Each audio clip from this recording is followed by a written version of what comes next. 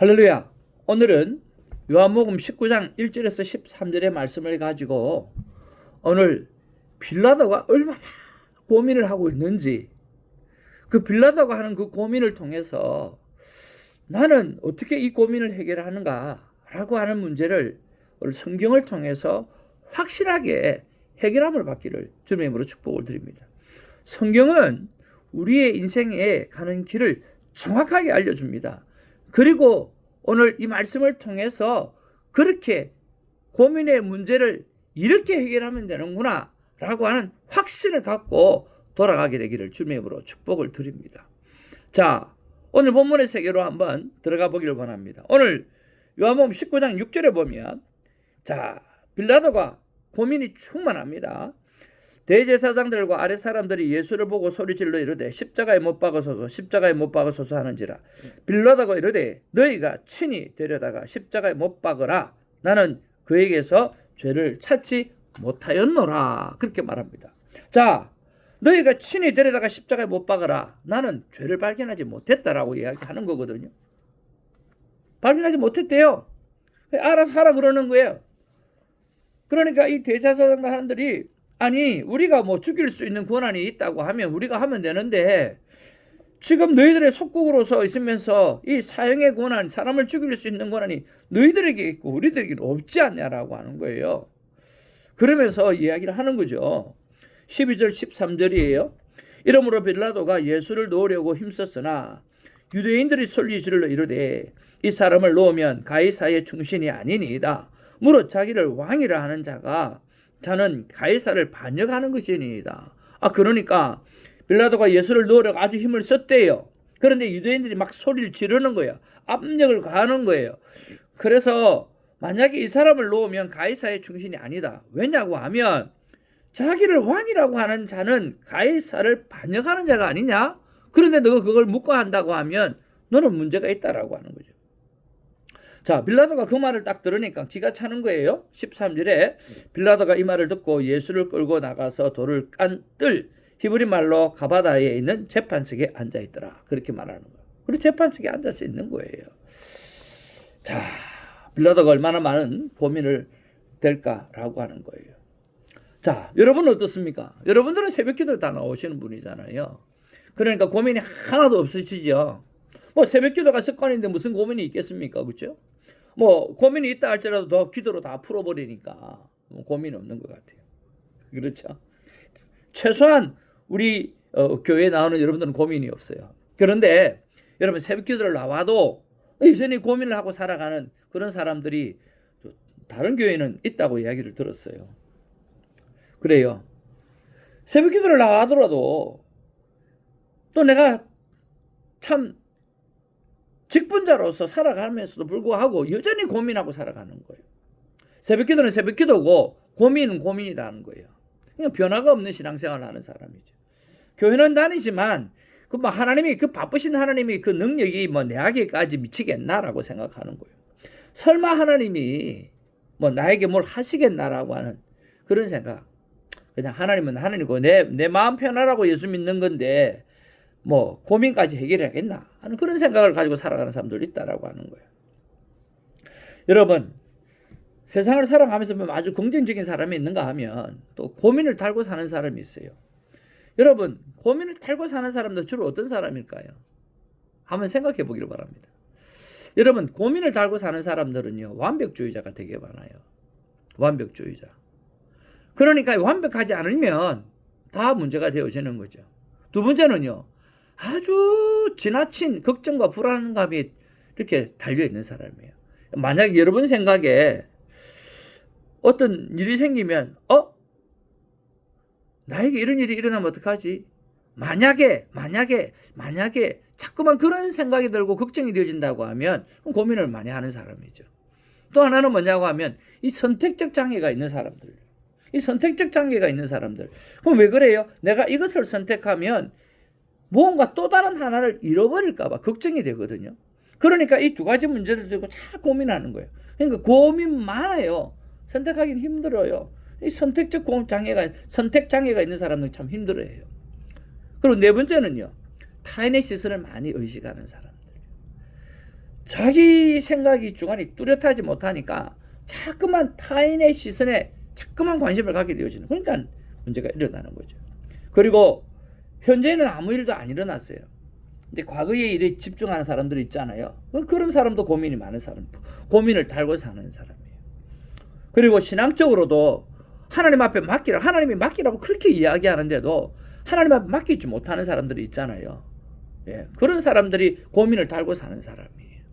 그러면 이런 종류의 사람이 고민을 달고 사는 사람이라고 한다고 하면 오늘 빌라도는 어느 부류에 속한 사람인가라고 하는 거예요. 여러분, 빌라도는 어떤 부류에 속한 사람 같아요?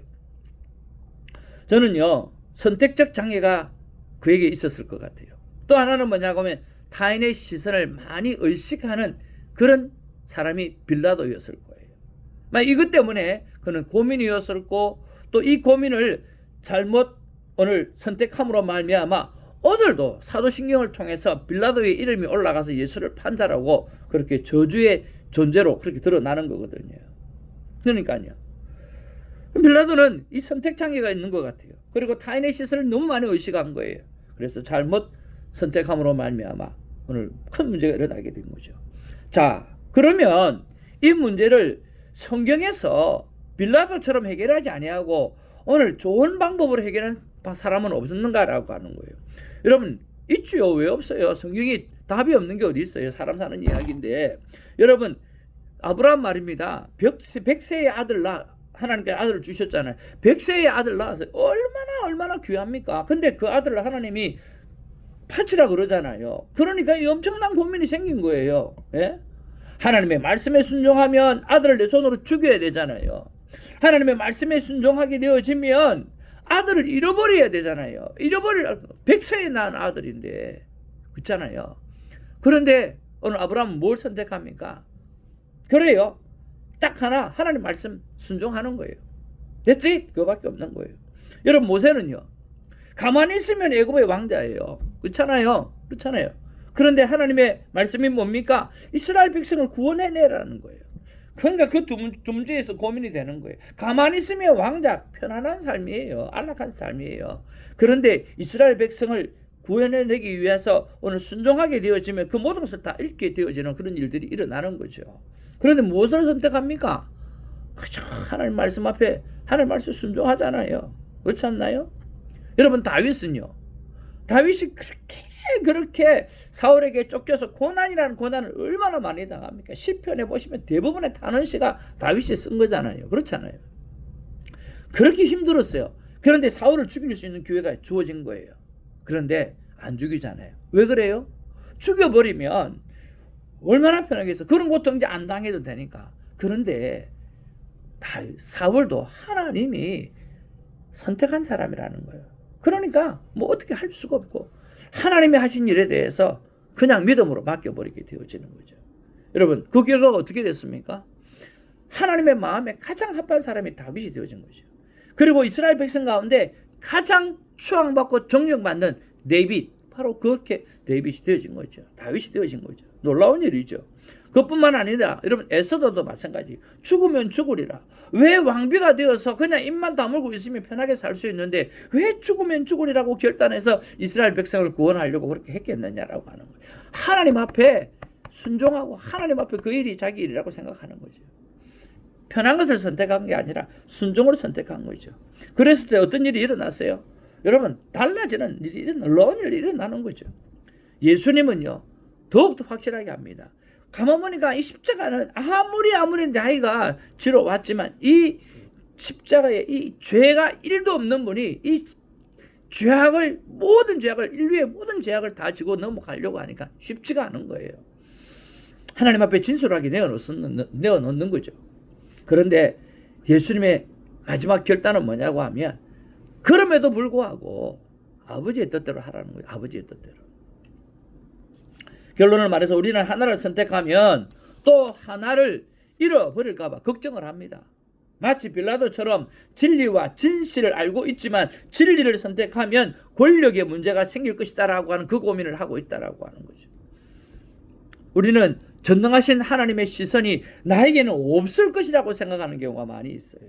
혹은 정말 나에게 이 하나님의 시선이 집중할 것일까 라고 하는 것을 스스로 믿지 않는 사람이 있다는 거예요. 스스로 믿지 않는 것을 선택하는 경향이 많이 있다는 거예요. 그리고 타인의 시선에 그냥 넘어가 버리는 거예요. 사랑하는 성도 여러분, 타인이 뭡니까? 타인은 내가 아니에요. 내가 아닌 사람, 다른 존재예요. 그렇지 않아요? 그래서 그들은 나의 진심에 대해서 관심이 없어요. 나의 선택에 대해서 관심이 없어요. 그리고 내가 그렇게 선택했다고 해서 그 결과에 책임을 그들은 지려고 하지도 않아요. 관심이 없기 때문에. 그런데 그 시선에 우리가 쏟고 유혹당하고 넘어가고 있다라고 하는 거예요. 그러면 어떻게 해야 될까라고 하는 거예요. 그러면 어떻게 해야 됩니까? 예, 여러분, 고민이 생겨지면, 오늘 갈등이 생겨지면 무엇을 선택해야 됩니까? Back to Bible, 성경으로 돌아가라는 거예요. 성경으로 돌아가서 하나님의 사람들은 그 고민을 어떻게 풀었는가라고 하는 것을 여러분 살펴보기를 바랍니다. 오늘 보았던 것처럼 아브라함도, 다윗도, 예수님도, 에스더도, 이 모든 사람들이 하나를 선택하는가, 하나를 잃어버린 것이 아니라 하나님의 약속의 말씀대로 하나님을 선택했더니, 먼저 그의 나라와 그의 의를 선택했더니 모든 것을 얻는 그 결과를 가지고 있었잖아요. 여러분, 이것이 성경이 고민을 해결하는 방법입니다. 사랑하는 성도 여러분, 오늘 이 새벽에 나오셔서 여러분, 하나님께서 여러분 삶 가운데 어떤 문제가 있다 할지라도 하나님의 말씀에 순종을 선택하게 되어지면 풍성한 은혜로, 풍성한 결과물로 여러분에게 안겨주실 줄로 믿습니다. 할렐루야.